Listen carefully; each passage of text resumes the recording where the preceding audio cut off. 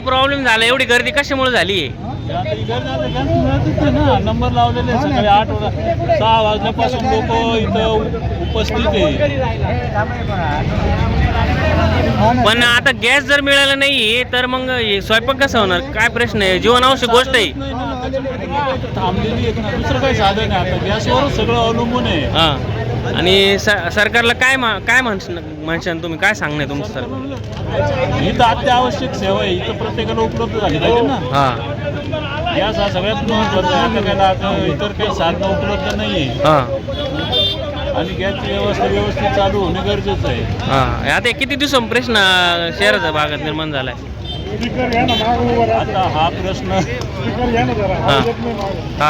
हा प्रश्न जो आहे आता युद्धस्थितीचं ठीक आहे, पण आपल्याकडे पण ते लोकांची सुविधा होणं गरजेचं आहे ना. बरं. पिते 8 सकाळी.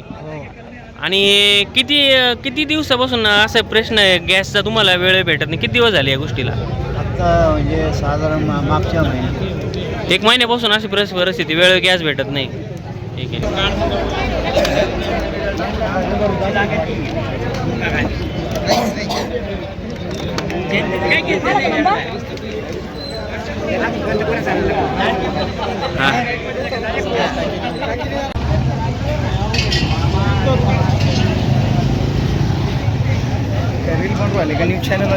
News channel.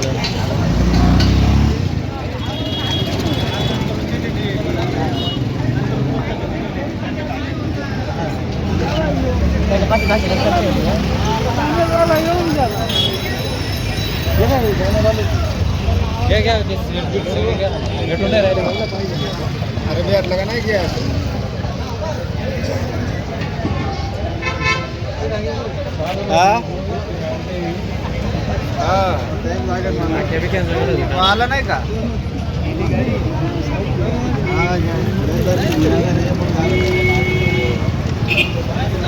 नमस्कार. आपल्या प्रतिकार न्यूज महाराष्ट्रामध्ये तुमचे सर्वांचे हार्दिक स्वागत करतो.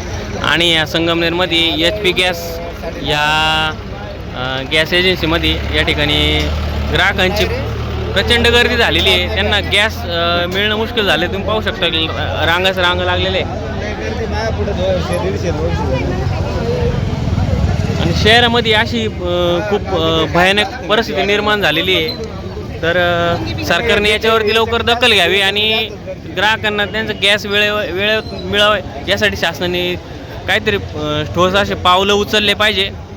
तुमचं काय म्हणणं आहे? कशामुळे हे झाली परिस्थिती निर्माण झालेली आहे? गॅसचं तुम्हाला काय अडचण होती आहे? याच्या आधी झालं आहे का असं काही? याच्या आधी नाही झाला.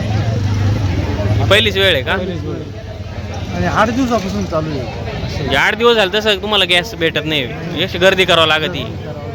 बाबा कशामुळे झाले? हे आता याच्यामुळेच आहे ना की नंबर लावा, 8 दिवस घालवा. हां. काल आलेलो होतो, काल टाकी मिळाली नाही. आज परत आलेलो आहे सकाळी 8:30 वाजल्यापासून. गॅस मिळाला नाही तर स्वयंपाक कसा होणार? कसा होणार? प्रॉब्लेमच येत नाही. काय सांगणे सरकारला तुमचं? सरकारला हीच विनंती राहील का बाई सुरळीत व्हावं. याच्या